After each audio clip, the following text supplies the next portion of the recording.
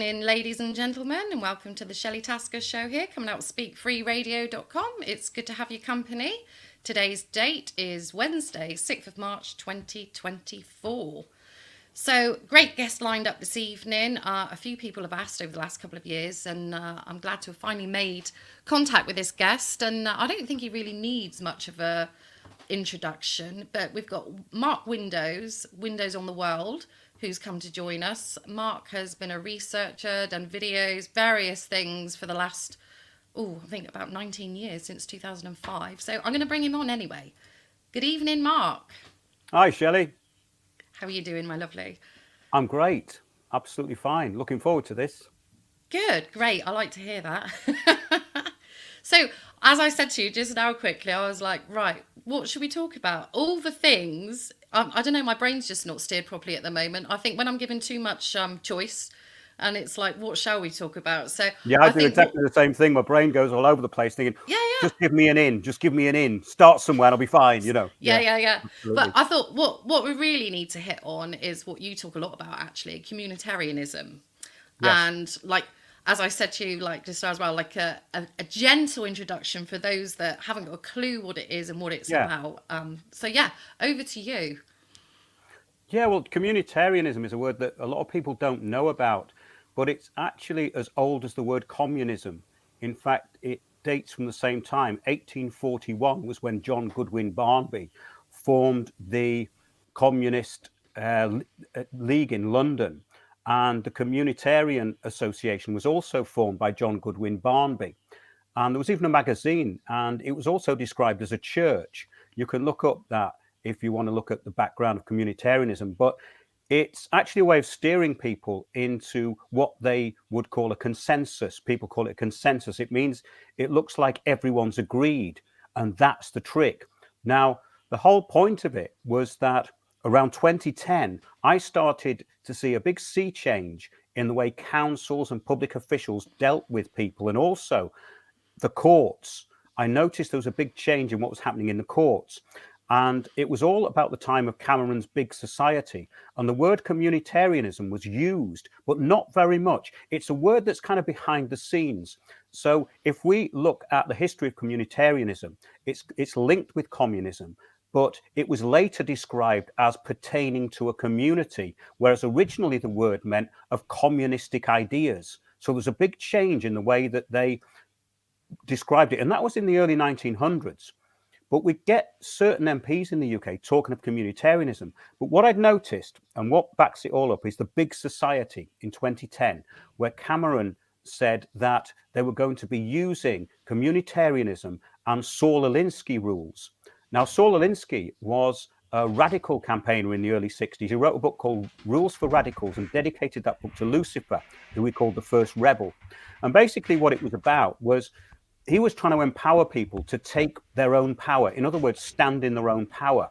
And these techniques were very effective, but they were very communistic and very Marxist, very extreme. And it meant that if someone's in the way, you basically take them down. I'm summarizing here, but read Rules for Radicals. You can actually download it at windowsontheworld.net on the free books page. But there are 13 rules for radicals. And basically what they do is they take out the opposition and they do very audacious things which get them attention. And he was empowering people, poor people who had poor housing. And he was taking these groups and he was making them, well, they're kind of radicalizing them in a way.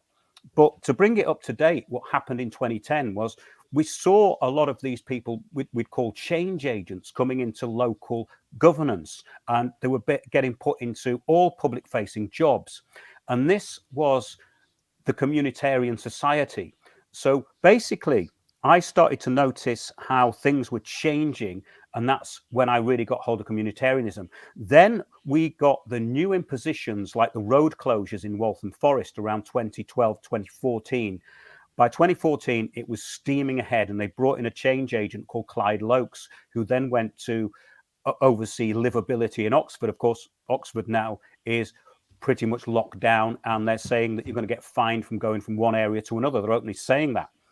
But I saw the inception of it in Waltham Forest, and I saw how they brought in people to steer public opinion. In other words, the public who were the native population weren't really being asked, but people were being brought in on their behalf.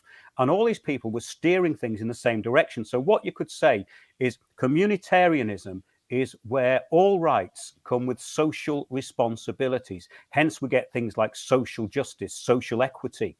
And what it means is that everybody appears to have a voice. So you will get these pressure groups turning up, and they'll be lobbying for what the agenda actually is. So, in other words, if they want to close the roads off, they'll bring in a load of cycling lobbyist groups and people who are anti-car. For instance, there's a group called Mums for Lungs. They seem to be everywhere. There's lots of these organizations, and they are a multipolar front of what you could call controlled opposition, because some of them actually will oppose what the council are bringing in, but generally they're steering groups. So communitarianism is the idea that everybody is integrated into a community. But the trick is this: the community is not you, it's them. So communitarianism masquerades as community, but it's an imposition from above that masquerades as community. Does that make any sense to you? Yeah. Yes, I think so. Yeah. I'm thinking along the lines as well, with like the stop oil protesters and stuff like that. Yes, because there's a phrase that's really good, Shelley. It's the globalists need the anti-globalists to implement their policies. So what Right. they do is, the communitarian thing is, they play both sides. So in other words, everyone gets a voice, but the agenda's going in one direction. And that's what the Just Stop Oil came out of. It's a very good point you brought up, by the way, because this is a very good steering group. So what they're doing under the banner of community, they're getting people together to take action. And this direct action comes from communitarianism. It means that the opposition is controlled. It really goes back to tenets of communism.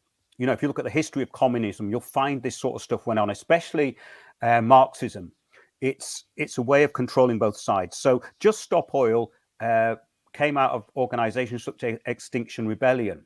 Extinction Rebellion is a controlled opposition protest group, really out of the city of London. And you say that to climate activists and they won't believe you, because they don't believe that the climate action came out of the state, the UN goals, and also oil billionaires and people who were in the banking industry. So climate change came out of that. So So are they being brainwashed then, supposedly, to fight? They genuinely believe, though, what they're fighting for is the yes, right that's very cause. important. So the idea of community is that everyone has voice, you see. So everyone feels as though that they've participated when in fact they haven't. And Amartya Sen called this the responsive community. And he wrote intellectually about this. He was born Werner Falk in the 1930s. He advised the Clintons. So if you look at the policy decisions that the Clintons made, especially Hillary, she has been really influenced by Amartya Sen. And no one would know this because these names are not in the public. So therefore, people don't know what communitarianism is. But it's the system we're living in Britain at the moment.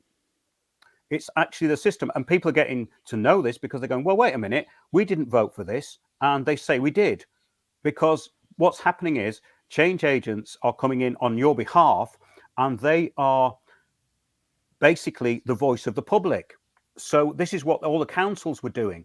And then I found how it was linked to these groups and protest groups. Yeah, we can talk about that first because that's quite important. So Extinction Rebellion came out of a thing called Climate Camp Action. Climate Camp Action was an undercover police and MI5 operation which took over the finances of Occupy St. Paul's and basically took the money. Then they started a thing called Democracy Village, which evicted Brian Hoare and Barbara Tucker, these peace campaigners. People may not remember this. It was a long time ago, about 20 years ago. Brian Hoare was on Parliament Square protesting against the Iraq War, and they needed to stop people doing that. So they opened this thing called Democracy Village, and it was all the people who'd taken over Occupy, because Occupy was originally about the financial state of the world and the big corporate interests and the banking industry. But it quickly got taken over when Soros got involved in this communitarian way of citizens' assemblies. They had people's assemblies. So when we see this template, Shelley, it's all the same. So if you've got a citizens' assembly on climate change, or a People's Assembly Occupy. They all do the same thing and they all work under the same principles, these communitarian steering principles. So you will have people come in who call themselves facilitators, you'll have co-facilitators, and these people are often private employees, and they're there just to steer the public. So in other words, what happens is that you get steered down some choices. It looks like you're being given a choice, but the intended outcome is all they're steering you into. So they block out anything that's in the way, and they get rid of all the people that oppose it, and eventually they've got what they want. And it's the same with protests. So I did a lot of investigation into Extinction Rebellion and found that they were from this organization originally called Compassionate Revolution. And the managing director of that was one of the people who was directly involved with Democracy Village, the MI5 operation, to get Brian Hoare and Barbara Tucker off Parliament Square. So there we see it's all connected. So from Occupy, we get Climate Camp Action, which was basically a lot of undercover police. And if you look at the undercover policing inquiry, you'll find the information in there. We put an article out called COVID Protests, Social Engineers, and that shows how the COVID protests were steered. So what I find is it's all the same stuff. So people need to know that when they're offered something, it's for a reason. If you're being offered a protest, it's for a reason. Remember, all protests have to be sanctioned by the state. So it means that you are being steered. And we can talk about the solutions to that a bit later. But to kind of outline this, it means that you've got organizations both for and against an agenda. So what this means in effect is that if you're in a local area and you want to get involved in something or you start up a group, that group will usually be infiltrated by change agents. And people go, that sounds mad, that sounds paranoid. It's not. This is actually how they do it. So it neutralizes the opposition. And it's only really what they did in times of communism, you see. But people who've lived under communism can get this, as people in Britain haven't. They find it more difficult to get because they still have this word democracy going around in their head, which doesn't really exist anymore. No. So I think the main thing about communitarianism is it's a steering mechanism. It masquerades as community, but it's an imposition from above. And it means that all rights come with responsibilities. Hence, we get people being thrown into prison for putting stickers up saying White Lives Matter and these other things. And I think he put a few more things that were slightly more extreme than that, this fella, this Sam. What was his name? Sam, I think. It was David Curtin was talking about it the other day. Yeah. I've been traveling quite a lot, so I'm not picking things up. But basically got a year in prison, and there was nothing really offensive about those stickers. And that is communitarian law, because in communitarian law, innocent people don't get accused. Now, just think about that. Think about what that means, because you are presumed to be guilty. And I saw a great example of this when a friend of mine was accused of a crime that they didn't do. And it was hustled through the court in a way that would not happen in a third world country. I'll give you an example. I knew a Pakistani barrister who worked with immigration in the UK, but he'd worked in a lot of cases in Pakistan. He said, in my country, the corruption's kind of open, but in Britain it's closed. So in other words, people think that there's something going on, which comes down to some kind of jury and a judge, but it's not like that at all. Most of the cases are predetermined. And people would find that really difficult to accept. But it is true, unfortunately. Yeah. So most cases, I know I've got a friend and his mum used to work in the court system, and she said the same. It's already, which makes me think like we chatted about briefly before the show, like my dad going down for what he did. That was already decided. Because when I brought up certain things as well with the barrister, what about free speech? And she was like, well, let's not get into that. And it's like, what do you mean, let's not get into that? That's like key subject, key topic. But it gets me thinking, because I think a lot of us have seen over the whole COVID times and stuff like that, like Extinction Rebellion being involved and the whole Black Lives Matter thing as well. All of these groups, Shelley, it's quite important this, all of these groups are what they call a system of moods. So in other words, they're all there to attack people who do not fall into line. So say Antifa used to get Black Bloc and these anarchist groups. Now, I found out a lot of these anarchist groups were directly linked to the police. I found that. That's one of the first things I found out at Occupy. There was a place where all these so-called anarchist groups were based. And that was also where the Bank of Ideas was based. And that was a fake squat set up in the City of London. Who squats in the City of London? Nobody, especially if it's a Swiss bank. So it was very revealing as to who was involved. And yes, it linked into undercover police, and it linked into what became this new protest system. So basically what it means is that these groups are there to steer people. So if there's a group who might be getting too near to the truth, they'll send in Antifa. And you get people like Hope Not Hate who will do that. And Antifa are a prescribed terrorist organization by definition, and they are supported by these lobbying groups. This is communitarianism. There's a think tank called Demos, and they put a paper out in around 2010. We had a debate with them actually about 9/11. They couldn't debate the evidence. They debated how we were allowed to talk about it and what we were allowed to say. So the paper from Demos, it stated that the new democracy will work with a combination of government open infiltration and citizens groups taking direct action. And that's all people need to know. So if that's the new democracy, well, it's not democracy, because with government open infiltration, that's not democracy. And with citizens groups taking direct action is the name that's given to this communitarian resistance. So in other words, when you see direct action or grassroots, it's them, it's not you. That's very important. So I found out hundreds of these groups were linked in, and it's like it's a spider's web. So at the top, you've got all these organizations that will train people in local government, training future leaders, they call it, training future leaders. And they set up things like community interest companies and NGOs.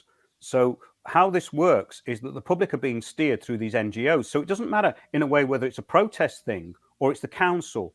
They're using the same template, and the template's very simple. So if it's the council, they have these partners called stakeholders, but they're all lobbying for one thing, for the Sustainable Development Goals. And the thing is that all the people who are in public office are trained into this. So it's not as if you can go to them and reason with them. They've already worked out what the outcome's going to be. And that's what people need to realize, that they are not being given a choice.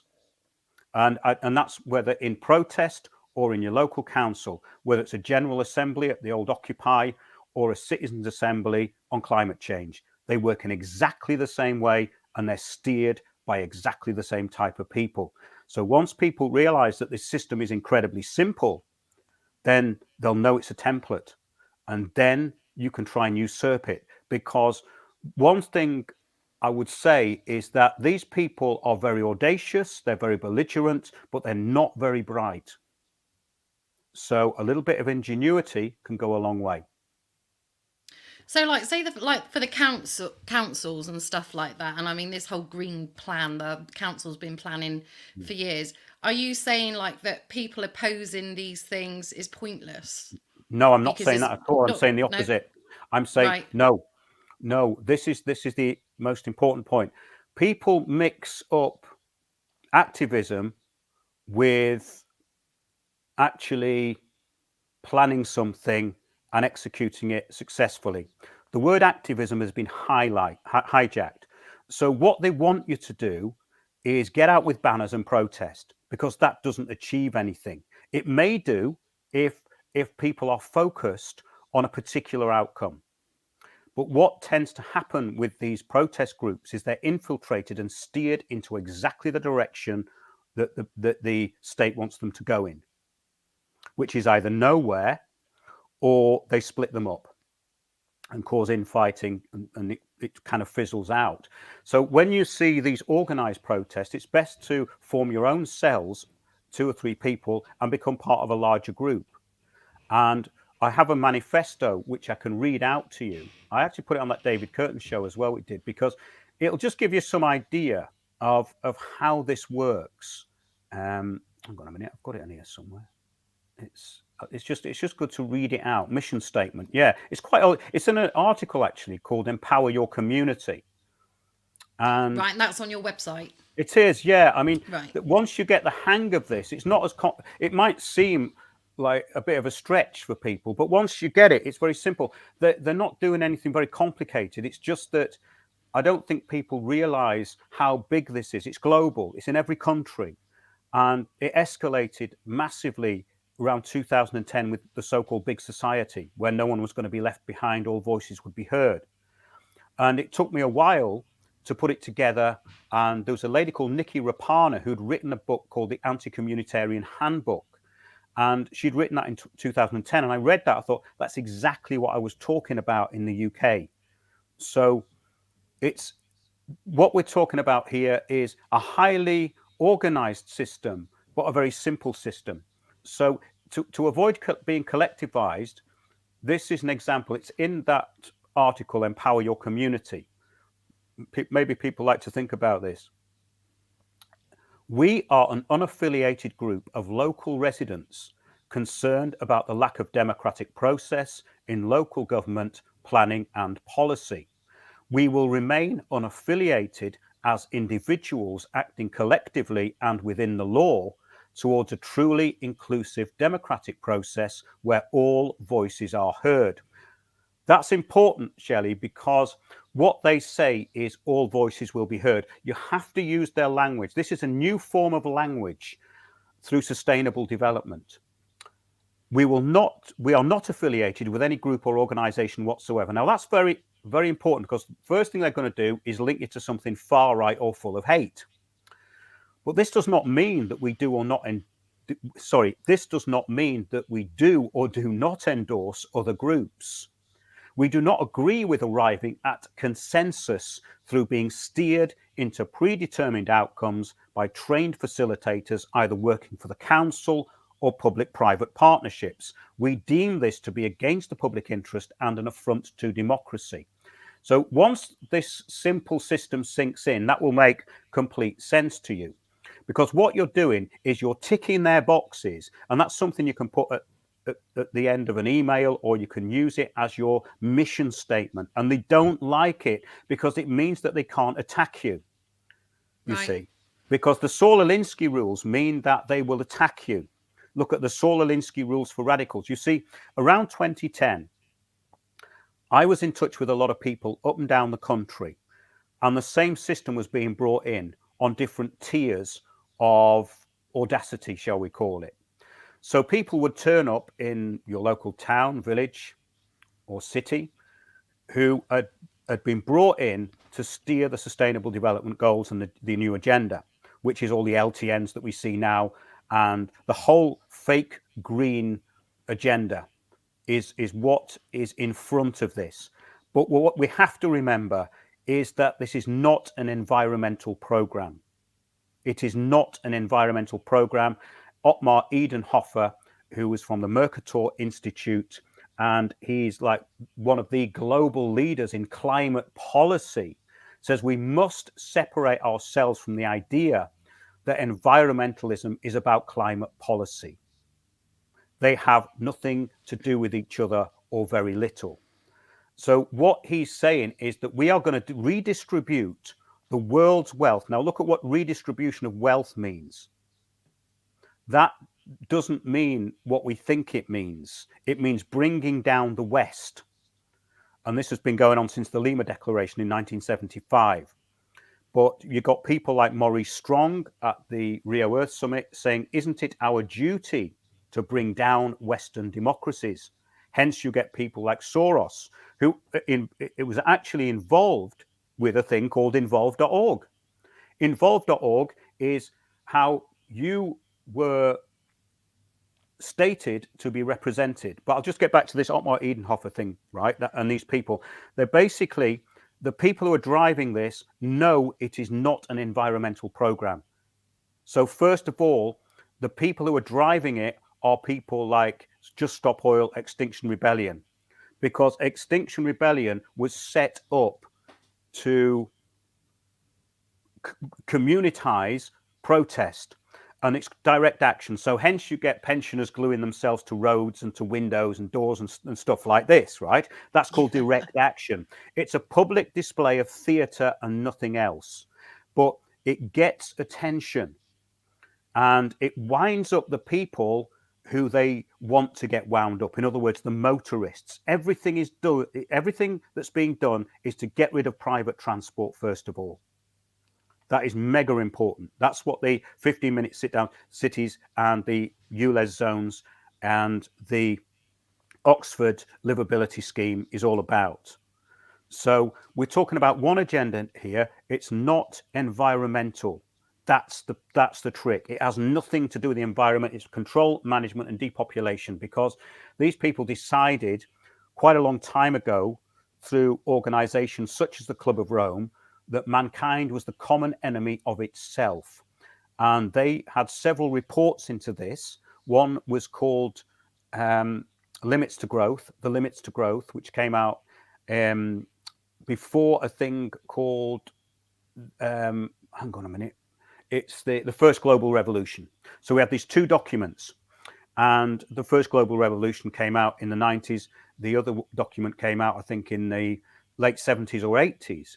And that was Limits to Growth, which basically went on like Malthusian idea that we were using too much stuff and we would overpopulate the planet. Now, this again is flawed. So it's a bit like the climate change thing. The climate change so-called science is absolutely ridiculous. But we've got now a point where people have been communitarianized into a belief system, because what the new religion is Gaia. It's the worship of the earth, and we're a cancer on the earth.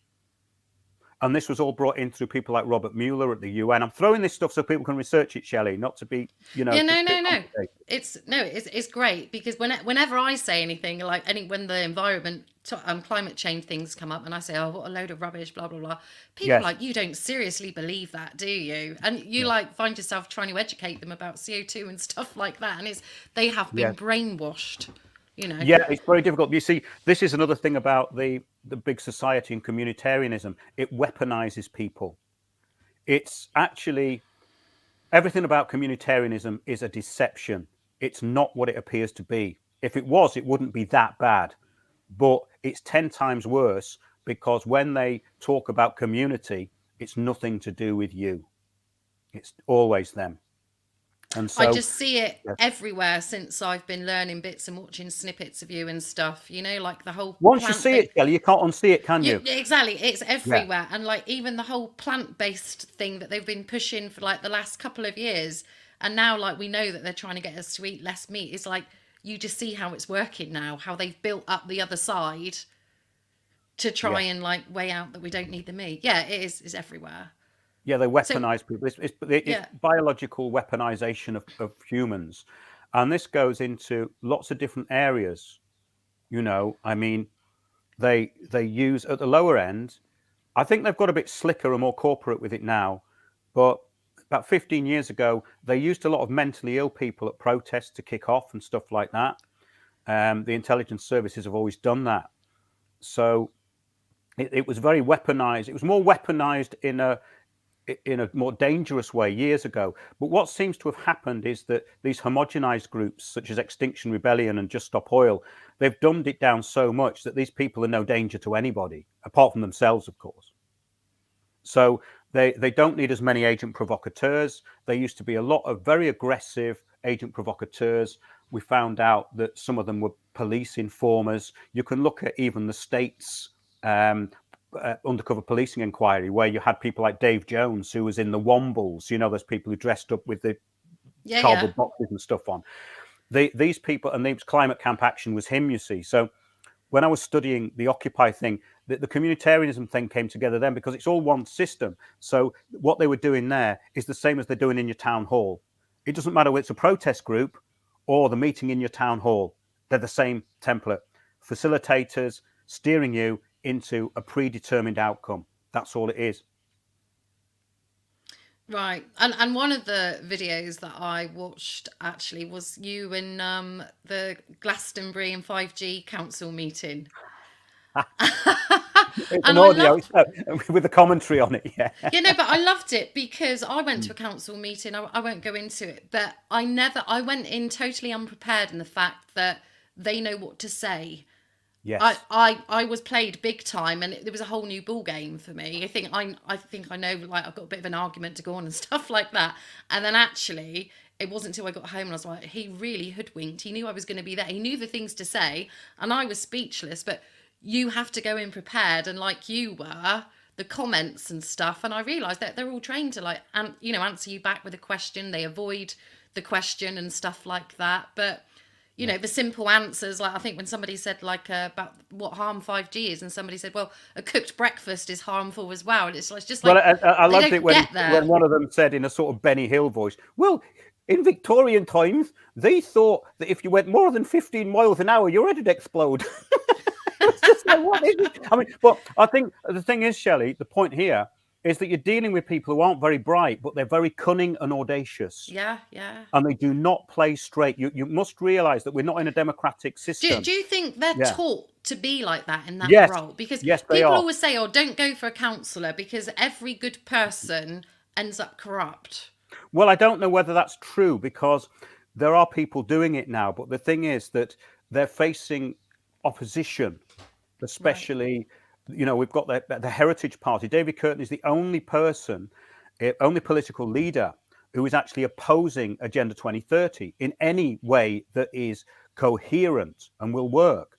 But of course, it's completely marginalized. But people have to realize that if they don't take back their own power, this is a sign. You see, basically with communitarianism, you are assumed to agree, and you are given these limited outlets for your frustrations, but the plan is going forward and it will not stop. No political party, the Labour, Conservatives, or the Lib Dems, they will not stop it. They're all on board, all of them. So you can't do it through the party political system as we know it. You can do it through the fringe parties like Heritage Party, or people have to start standing as councillors, and they will get elected. These people are not popular, and they're there because people haven't stood up against them, and that's something we all have to take responsibility for. We can't just sit back and say there's nothing we can do about it, because if we do that, then this will not stop, because they are going very fast now, as you know.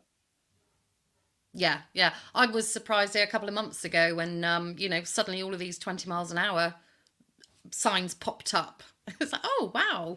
And they've got like a speed detector at the end of the road that flashes if you're going too fast and stuff. And it's Yes. like, where the hell did that come from? We didn't get, you don't get any notice, do you? And the council say, oh, we put an ad on our Facebook page and stuff. And it's like, do you know what? The majority of, people, elderly people, they don't go on Facebook.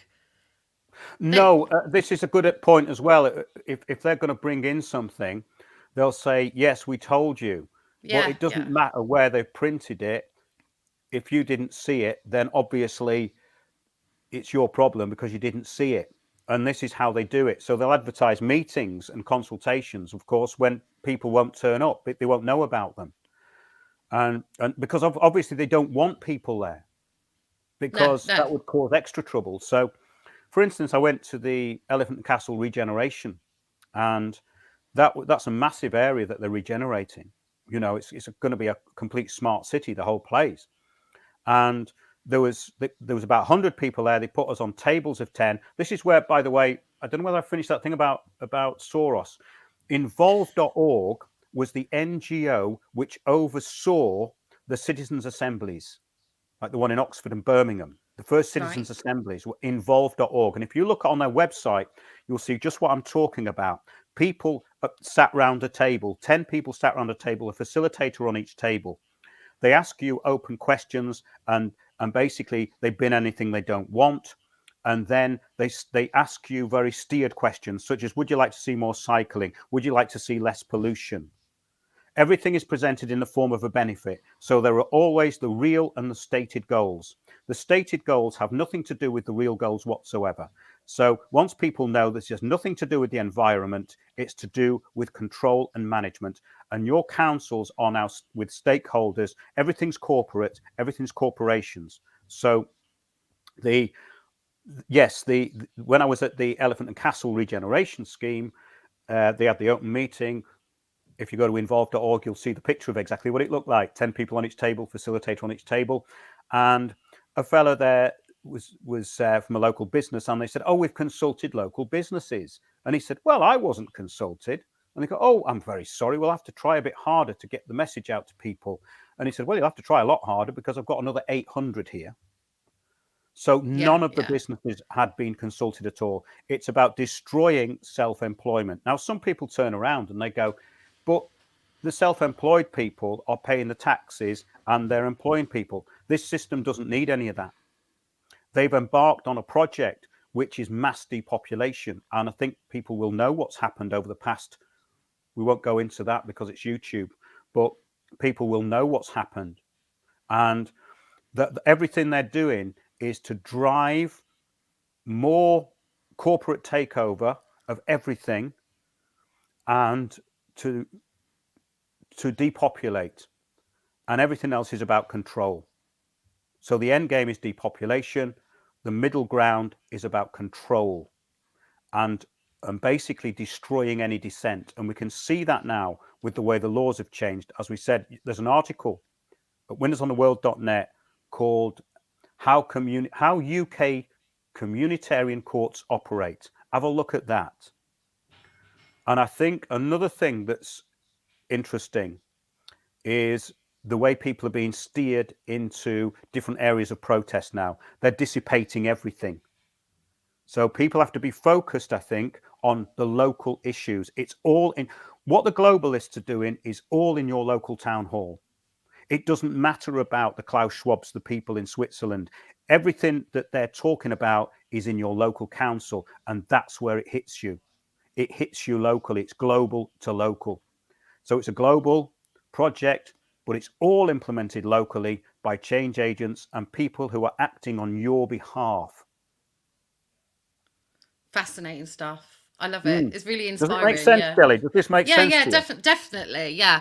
I can just see it more and more, like I said, the last few months especially.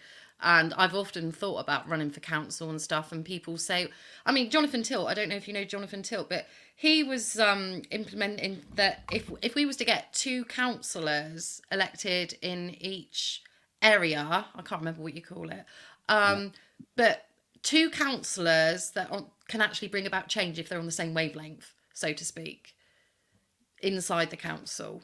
I don't know. It's a whole. I ran for it in the whole 4 years ago when we were going through these freedom fights and everything, and it was quite interesting because I went with Freedom Alliance. I'm not really I say I'm not a political person. I am, because I'd love to make changes like all of us, like you, all your research and you're doing and stuff.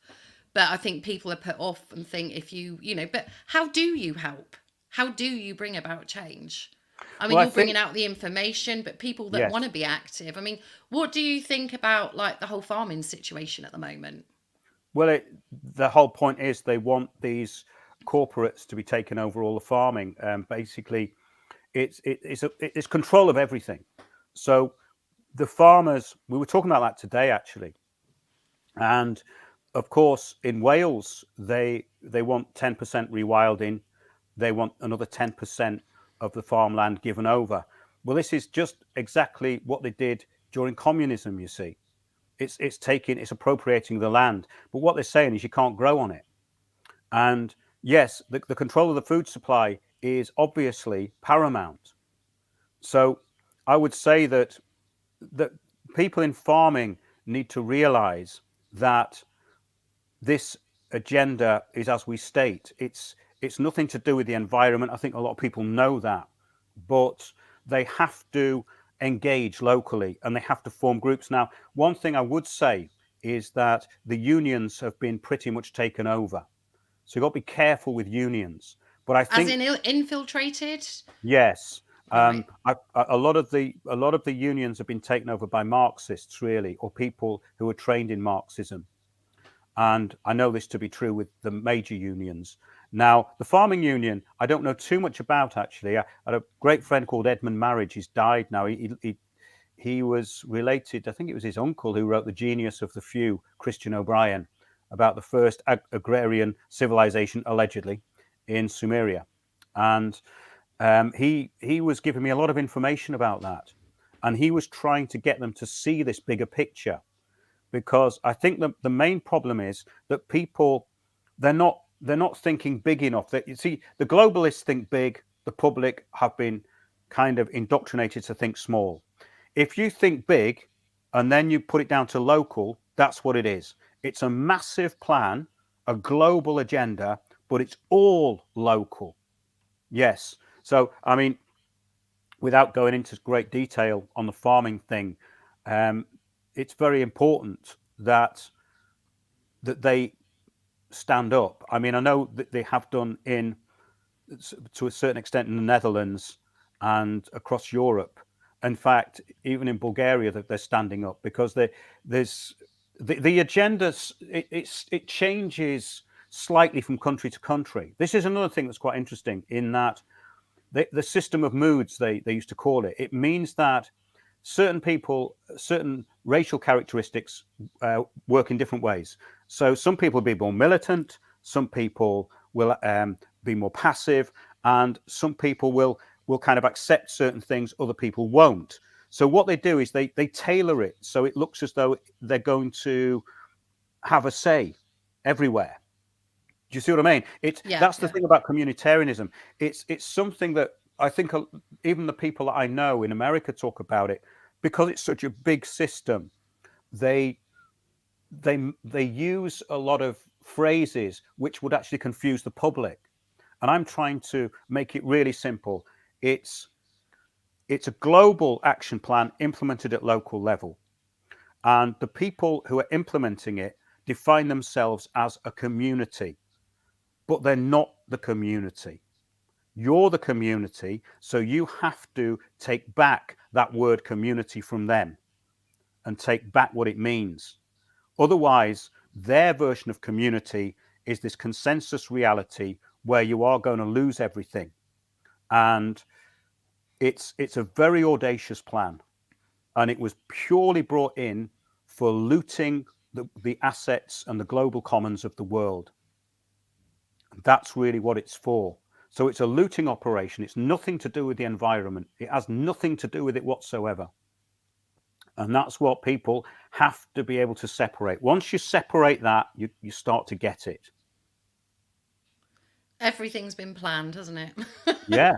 Well, it's very meticulously planned, but in a way, as I said, it's not indestructible, because you see, it relies on public ignorance. So what we need to do is educate people in these very simple principles. The Saul-Alinsky rules, the way change agents come through these organizations. There were things like Unlimited, which is in about 100 countries. Just as the way that Media Action from the BBC trains so-called journalists. They're not journalists, they're propagandists, which is why you've got countries which throw these people out. And then you get people up in arms about it, as though these countries are anti-democratic. No, they're not anti-democratic. They don't want infiltration. That's why Orban in Hungary was saying we need a law so NGOs cannot establish themselves from outside with outside interests in our country. So of course then he's far right, but he's one of the only global leaders that talks about it. Some of the African leaders do, because they know about it, you see. Right. Yeah. And you get, but I think Orban is about the only person who's ever actually said that the NGOs are the infiltration program. And of course, it can get to the point of having a coup against the government. This recently happened, didn't it? It wasn't Serbia, was it Croatia? I can't remember now. So much happens, doesn't it? But yeah, yeah. it was you see, this is the thing about it. The other thing is that none of it's real. It's all like theater. It's all fake. There's no reality to any of it. And that's all part of it as well, because it's like this drone society. So, oh yeah, if you want to protest, there's your banner. We'll put you on the bus, walk around, have a good day with your fellow protesters, have a few drinks in the pub, and go home. Nothing's going to change. No, But no. that I don't think it was ever as controlled. I think the poll tax riots was the last time that anything spontaneous actually happened in Britain, because that Oh, I was would love like that. Yeah, genuine, wasn't it? it I think was. And yeah. if they would do something like that now, I mean, it's got to be, I think, just mass non-compliance to sort I things think we have out. to take issues from history as well. Look at the Peasants' Revolt. I mean, Wat Tyler came up from Kent, went to Smithfield, and he was stabbed to death. So these people do not play on a level ground. So that was 1388, but they're not going to openly stab you to death, but they'll just take you down some other way. That all they have to do is first they demonetize your YouTube channel, then they pull it down. Do you know Yeah, what I yeah, mean? But I mean, it's like we all know how we get shut down, and because it's like mimetic warfare, we have to be able to approach them under their own terms. Otherwise, they're going to defeat us every time. Like you said, you went into the council meeting, and they know what to do psychologically. But yeah. if you know what their psychology is, then you can make an impression. And it needs the public to realize that they really are not being given any input into anything. And they're paying all this council tax, and it's going to go up. And the councils are declaring bankruptcy, and they're giving themselves 100 grand a year, these people, but more than 100 grand a year, plus whatever else they're getting, plus, of course, all their links to the developers through the NGOs. All these people are getting backhanders. It's an entirely corrupt system, but that suits it because the greedy and corrupt will be the useful idiots out there who are going to screw you down. But it's never been any different, really, has it? I was Well, thinking I about this think earlier, walking my dog. I've just like, yes. since the start of time, there's always been the leaders, that have got everything and the poor people. And I've Well, I been think looking, that if we sorry. look at it as a technocratic thing, because things have changed, haven't they? Mm, So technocracy means that every action is taken into account and it's monitored. So what it is all about is the distribution and control of energy. You have this new communitarian system. It puts you into social credit. That it takes you as basically a piece of meat, a biological piece of meat, godless biological piece of meat, by the way, and atheistic, and it steers you into certain behavior patterns. And most people will fall into those behavior patterns, whether they like it or not. So it doesn't matter whether you're for the agenda or against it, they're still steering you. So the this system is different, but in a way it's not much different from what happened during communism. But they're not going to go round murdering as many people. They're going to do it in a scientific dictatorship kind of way, and we know what ways they've got to do that and how to make that compulsory. So yeah, once you've tied this together with the UN documents, the UN goals, and the communitarian system is kind of the software of the whole thing. It's the people power thing, the way that people are controlled. And whenever you see people power, it's them, it's not you. Same as the community, same as grassroots. So what they've done is hijacked all these terms to make it sound as though people are having a say. And that's the trick. So in other words, it's different from the old system of totalitarianism. It's totalitarianism that masks itself as community. That's the new word for totalitarianism, community. right, right. So that's the difference. There's not much difference in the way they're doing it. It's a bit of a slicker operation because they don't want to look as though it's a dictatorship. No, they're making it look like you've got a choice where there is no choice, Exactly. really. Yeah, Yeah. yeah. Oh, fascinating stuff. Well, we've just got we've got 5 minutes left, Mark. Is there any way where you want to go in particular? Like Not with the really. I mean, conversation? I just think that if people get hold of these basic principles, things can change. And I've been talking about it for so long that it's not that I've run out of things to say. It's just that it's fairly simple, and people are still getting distracted. So don't be distracted onto what they want you to be distracted onto. Focus locally.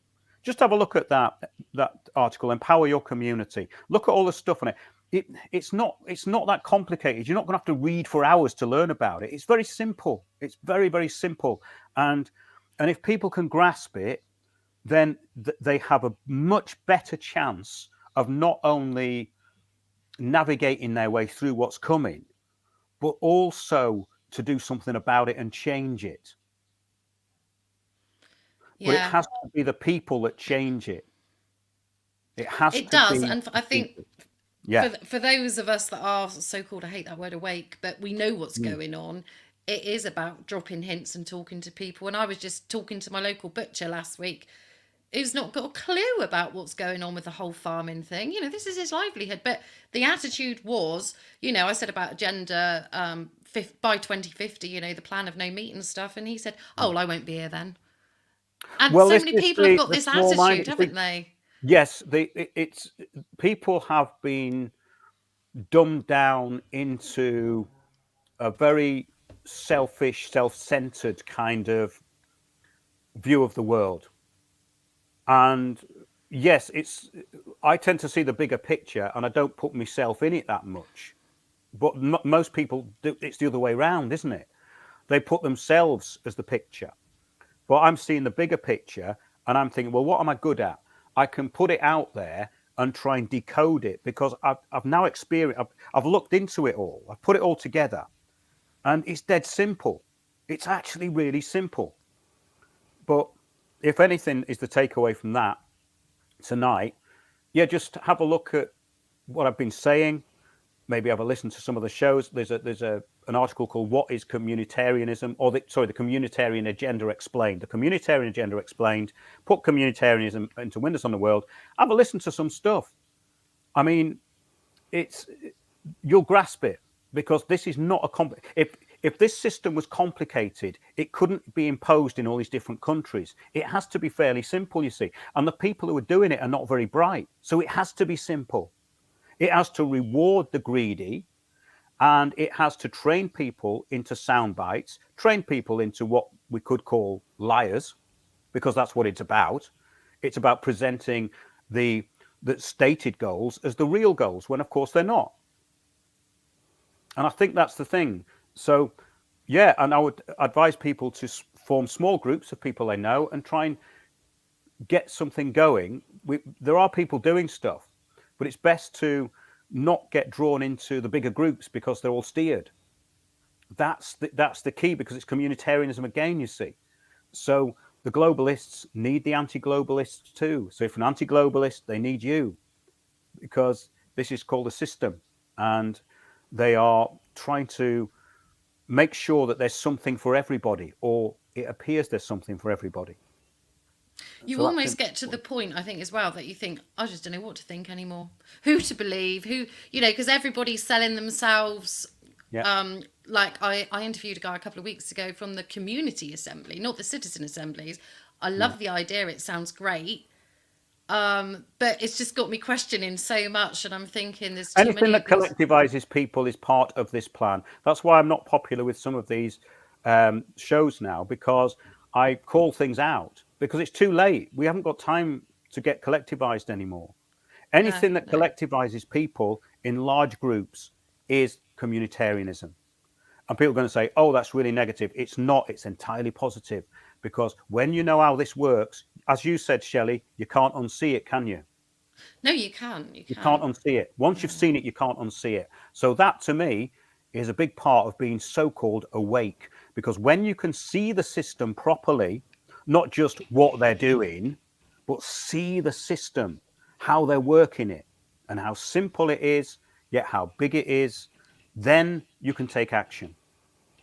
And we need to be able to debate and talk about these things, don't we? I mean, part of me thinks, would it be great if we set up a national, like, speakers corner in every town, in the town square every Saturday, like they do at Hyde Park, people need to get talking about, but it's getting people interested in it as well. I think there's too many people, like you say, that they're all for self. I don't care, I'm all right. And I think I lots think of these it's people. very like that in Britain, because even though, I saw sorry, we're going out now, aren't we? We're So thanks a going lot, out. Shelley. We can continue this Thank anytime you you like. so much. Yeah, no, we will, because we can talk for hours. Mark Windows, Absolutely. everybody. Visit his Thanks, website, everyone. Mark Windows on the net.